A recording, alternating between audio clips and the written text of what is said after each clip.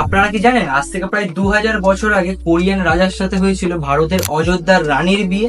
সে রাজার আবার জন্ম এক অলৌকিক ভাবে। রাজ্যের সবাই প্রার্থনা করে যাতে তাদের রাজ্যটাকে সঠিকভাবে চালানোর জন্য আসে একটি যোগ্য রাজা। কোরিয়ান গ্রন্থ সামগোকিওর সাথে বলা আছে আকাশ থেকে নেমে আসে এক অলৌকিক বক্স, এবং সেই বক্সে ছিল একটি ডিম, আর সেই ডিম থেকে জন্ম নেয় সেখানকার ভবিষ্যতের রাজা, যার পরবর্তীতে নাম রাখা হয় কিং সুরু।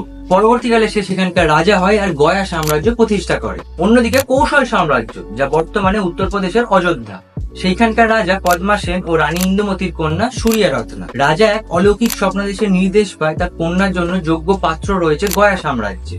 বাবার কথা মান্য করে তারা পাড়ি দেয় গয়ার উদ্দেশ্যে জলপথে জাহাজে করে। সেখানে গিয়ে তাদের দেখা হয় রাজার সাথে এবং তাদের বিয়ে হয়। সেখানে গিয়ে সূর্যা রত্নার নাম রাখা হয় হিও ওয়াং ও।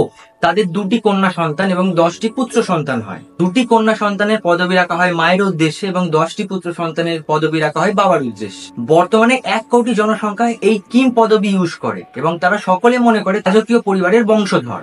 এটি ছিল একটি সংক্ষিপ্ত ইতিহাস। তোমরা যদি চাও আমি একটি বড় ভিডিও বানাতে পারি। তোমাদের মতামত অবশ্যই কমেন্টে জানিও।